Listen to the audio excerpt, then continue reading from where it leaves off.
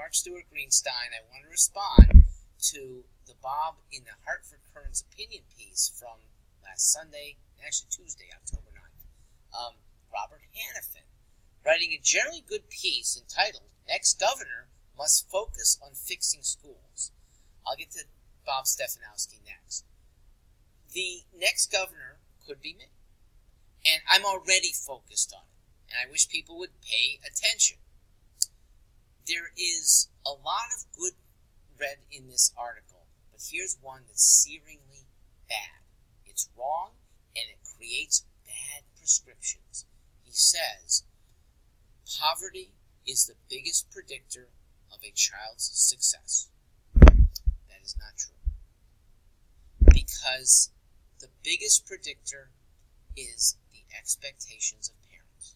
That is the far best correlation. How do you know that it's not poverty? Because very poor Vietnamese Americans, very poor Russian Americans, who have parents who drive them to succeed, they're not disruptive, they get a lot out of school, even though English is their second language, and not just English hard language compared to learning Spanish or a Spaniard learning English. These people from Vietnam have a totally different alphabet to learn. Same with Russian. They're used to Cyrillic and now totally different alphabet.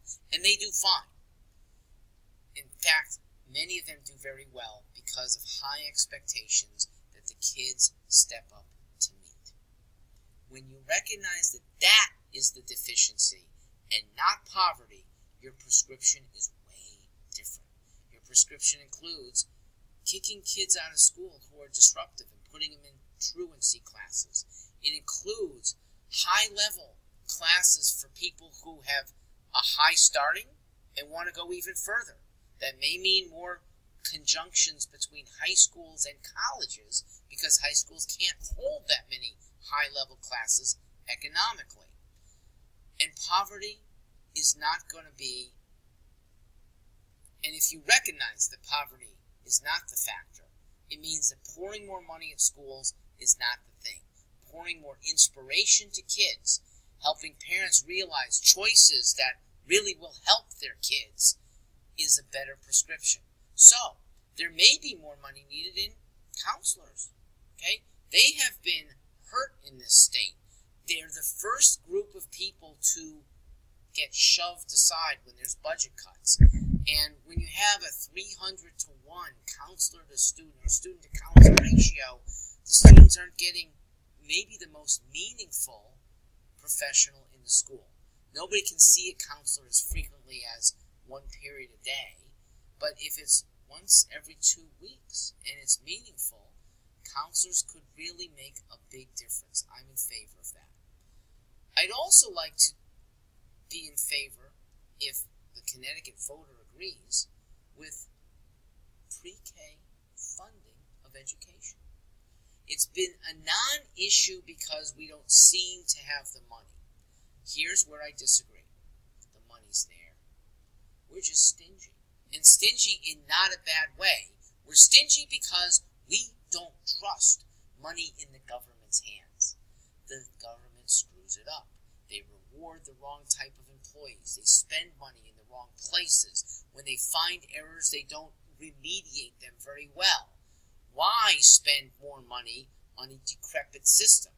Why put more kids into, instead of 13 years now, 15 or 16 years if you're including pre-K education?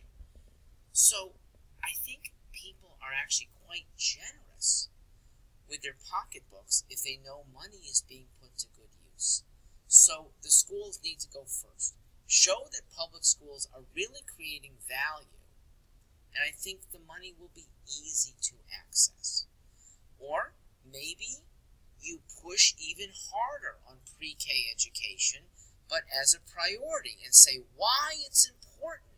Not that it's a constituency they like, but that it's more important than certain rehab programs for adults. Okay? Adults have more capacity to change their lives than a young child.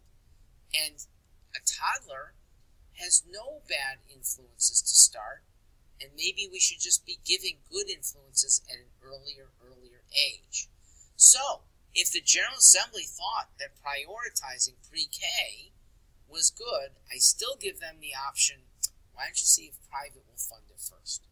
But if it has to be publicly funded, maybe it is to be juxtaposed against some adult programs that aren't as worthy of public funding, or maybe are as worthy of receiving money, but it should be done privately. Remember, I'm looking for all welfare to be done privately at the first outset. I'm Mark Greenstein. Let me turn to Bob. Bob Stefanowski will not be specific. I wish he would at least listen and enunciate principle. Principle, if you ask whether ECS funding should continue, should be, I'm not getting into the nuances of ECS. It's very complex, it changes every few years, and we don't even fund it properly. Make the principle mine, that we abolish ECS, because we're going with a program of choice. We set a pool of money. Last year it was about $2 billion. Maybe we increase it next year, and let the parents have the vast majority of that money. In my mind, it should be 85 to 90% of that money, and they choose what schools they're going to go send their kids to.